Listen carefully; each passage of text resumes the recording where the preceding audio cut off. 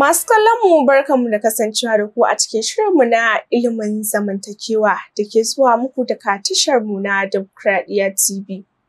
Shirin ilimin zamantakewa dai kamar yadda kuka sani shiri ne da ke dubi akan zamantakewa tsakanin ma'aurata ko kuma saurayi da budurwa wato masoya kenan. A yau shirin namu na ilimin zamantakewa zai yi duba ne akan batutuwan da bai kamata ki dinga wa mijinki ba a lokacin da kuke hira da shi. Maza da dama suna gudun yin hira da matansu ne saboda rashin yin amfani da kalamai a wajen wasu matan. Hakan yasa za ka ga magidanci ya bar matarsa a cikin gida ya fito majalisa yana hira da abokanai. Shi yasa a ilimin zamantakewa ya yi nazari akan abubuwa 8 da bai kamata mace ta dinga faɗa wa mijinta ba a lokacin da suke hira. Sai ku kasance da mu a cikin shirin tare da ni Fatima Kachan da zan gabatar muku da shi.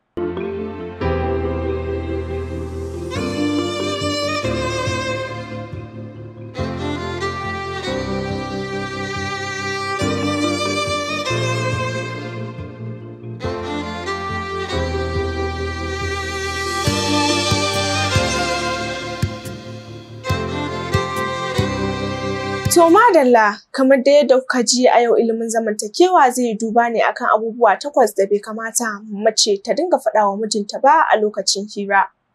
Na farko, a duk yadda 'yan uwan mijinki da abokansa suka tsane ki, kada ki taɓa furta wa mijinki kin tsane su.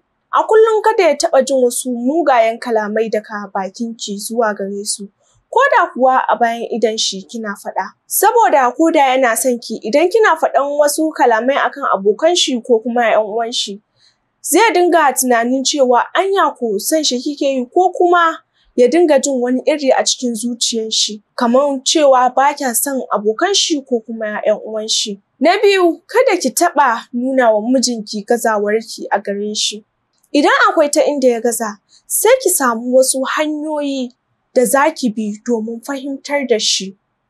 Domin fahimtar da shi ya gane cikin sauƙi. Ba wai ki fito ƙarara ki faɗa masa cewa ya gaza ba. Ki samu ta hanya ta siga. Mu mata an san mu da iya kisisina da wasu lallashe-lallashe da za ki bi ta hanyar da za ki kwantarwa da mijinki hankali.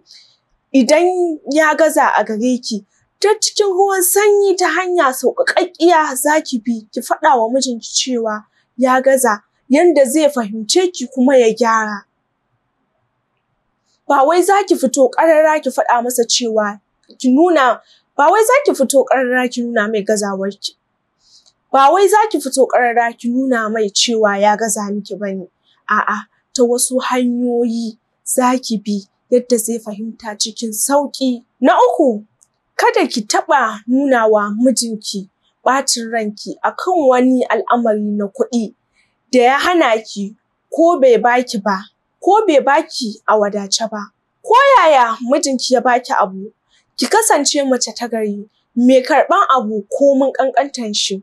Ki karɓa ki ce mai nagode, Allah ya saka da alheri, ki mai addu'o'i da zai ji daɗi a zuciyar shi ya san wannan matar tawa mata ta gari ce kuma matar zama ce. Ta san abin da nake mata ko yaya ne ba ta raina abu.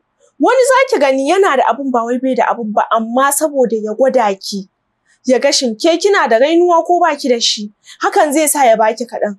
Amma idan kika nuna mai kaɗan ɗin nan ma ya fi miki albarka kin fi jin daɗin shi, to hakan zai ƙara mai ƙwarin gwiwa da zai sa ya ƙara miki akan wannan kaɗan ɗin da ya baki, kuma zai dinga jin daɗi a kowane lokaci ya san yana tare da mace wacce ta san ya kamata kuma wacce ta san abin da take yi, wacce ba ta rainuwa, ya san an baki tarbiyya, iya tarbiyya a gidanku.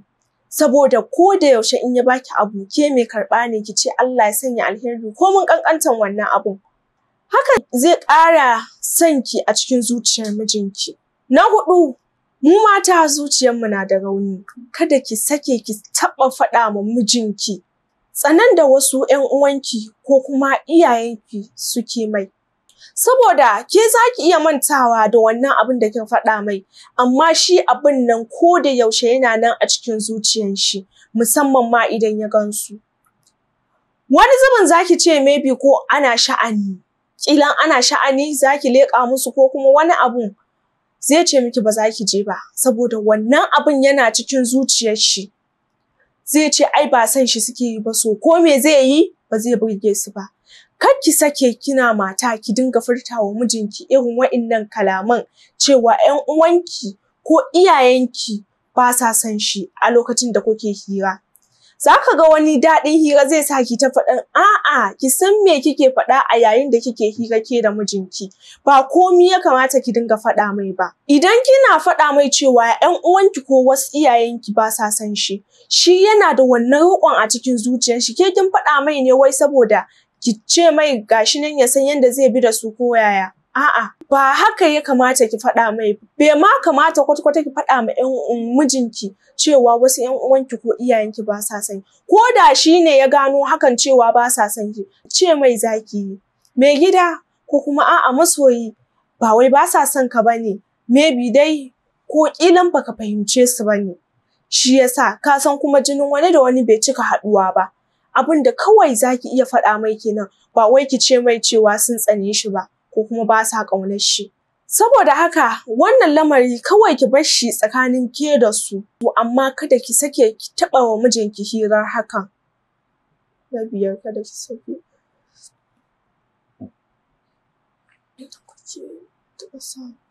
Na biyar, kada ki sake ki ɗauko.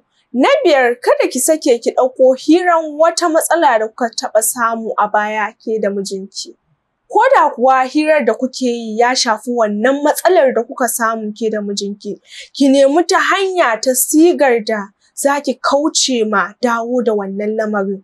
Saboda masu salon iya magana ma kan ce dawo da magana yana kawo ɓacin rai, ko maimaita magana yana kawo ɓacin rai. To bai kamata a lokacin da kuke hira ke da mijinki ki dinga kawo mai hiran wata matsala da kuka taɓa samu a baya ba. A'a, ki kawo mai mafita ne ta yadda ba za ku ƙara samun wannan matsalar ba. Ba wai ki maimaita cewa ai mai gida kai ne ka taɓa min kaza kaza kaza, wa ya mutu wa ya tashi. A'a, ki dai kawo muku mafita, ki ce mai gida ka ga abu kaza bai kamata ba. Ga yadda ya kamata mu bi saboda gudun samun matsala. Mata da dama suna da halin taso da abin da ya riga ya wuce a lokacin da suke hira da mazajensu. To uwar gida ko kuma amarya, kan mu zama ɗaya daga cikin matan da suke taso da wani abu da ya faru tsakaninsu da mijinsu na matsala idan yayin hira da mazajenmu. Na shida, ki kiyaye ƙoƙarin nuna wa mijinki so kike ya kasance yadda kike so. Wani daga ranar da ya fahimci so kike yi ki dinga juya shi yadda kike so, daga wannan lokacin zai daina miki duk wasu abubuwa da kike so. Saboda zai ga kaman ke kike da iko da shi, ba shi yake da iko da ke ba. A'a, ba wai haka bane. Dole akwai abun da za ki ce ma mijinki ga yadda kike so yi, amma ba wai ko da yaushe ki ce ke lallai abin da kike so shine zai yi ba. Akwai ta sigar da za ki bi shi kan shi sanda ma zai yi ma bai san ma yayi ba. Ta mai daɗaɗɗen kalamai, ta fahimtar da shi cikin sauƙi, ta nuna mai hanya madaidaiciya yadda za ku gudanar da rayuwarku cikin jin daɗi da annashuwa. Ba wai ki nuna mai daga dara ni gaskiya sai ka min abu kaza ko ni abu kaza nake so wallahi in baka mun baka. A'a, ki san ta sigar da za ki bi mai, yanda shi kanshi ba zai yi tunanin cewa kina son ki dinga juya shi bane. Na bakwai, ki guji yi wa mijinki hirar wani abu da ya taɓa hana ki kuma daga baya kika je kika aikata shi. Da zarar kin yi karambanin faɗa masa wannan abun, daga lokacin ya daina yarda da ki, zai dinga tantama ko kuma shakku a kanki. Har za ka ga wasu ma'auratan zargi zai fara shiga tsakanin ku ke da mijinki. Zai ce ko da ya hana ki abu, kina zuwa daga baya ki je ki aikata shi. To bai kamata a lokacin da kuke hira da mijinki daɗin hira ya sa ki faɗa mai wani abu da ya taɓa hana ki kika aikata shi ba kuma daga baya. Kar ki dinga faɗa wa mijinki abin da kika aikata wanda kin san baya son wannan abun kuma ya hana ki. Saboda zargi na shiga tsakani. Har za ka ga wasu ma'auratan ya kawo silar faɗansu a cikin aurensu.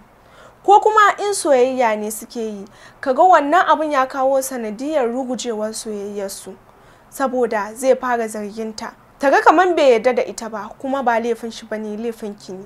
Na 8, kada ki ce zaki nuna ma mijinki yadda sai kula da 'yan uwan shi ko kuma abokansa.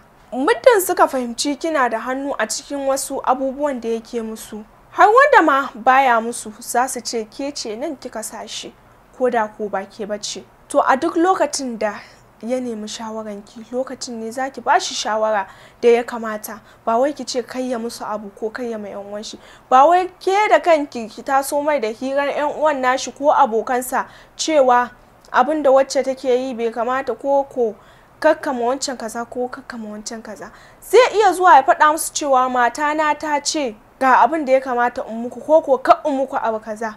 Su kuma a wannan abin na ransu, ko da wani zubin a ra'ayin kanshi ne ya zaɓi ya musu haka, za su yi tunanin ke ce nan kika sa shi, saboda su suna musu hira masu daɗi. A'a, ki san irin kalamai da hirarraki masu daɗi da zaki dinga mijinki, saboda ya daina fita hira majalisa ko kuma hira da wasu 'yan matan a waje.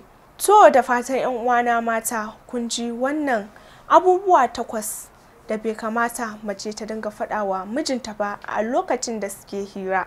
Da haka kuma nake cewa masu kallon mu, sai mu tara a shiri na gaba a cikin wani sabon shirin namu na ilimin zamantakewa da ke zuwa muku daga tashar mu na Dimokuraɗiyya TV. Za dai ku iya samun wasu ƙayatattun shirye-shiryenmu da kuma labaranmu da muke ɗaurawa a shafukanmu na YouTube Dimokuraɗiyya TV, sai Facebook Dimokuraɗiyya. A madadin shugaban gidan talabijin na Dimokuraɗiyya TV Mustapha Haruna Khalifa, sai wanda ya sada ni da ku Umar Muhammad, wanda ya tace muku wannan shirin Kyari Dauda. Ni Fatima Shehu Kachan da na gabatar muku da shirin har ya zo gare ku, nake cewa mu kasance lafiya.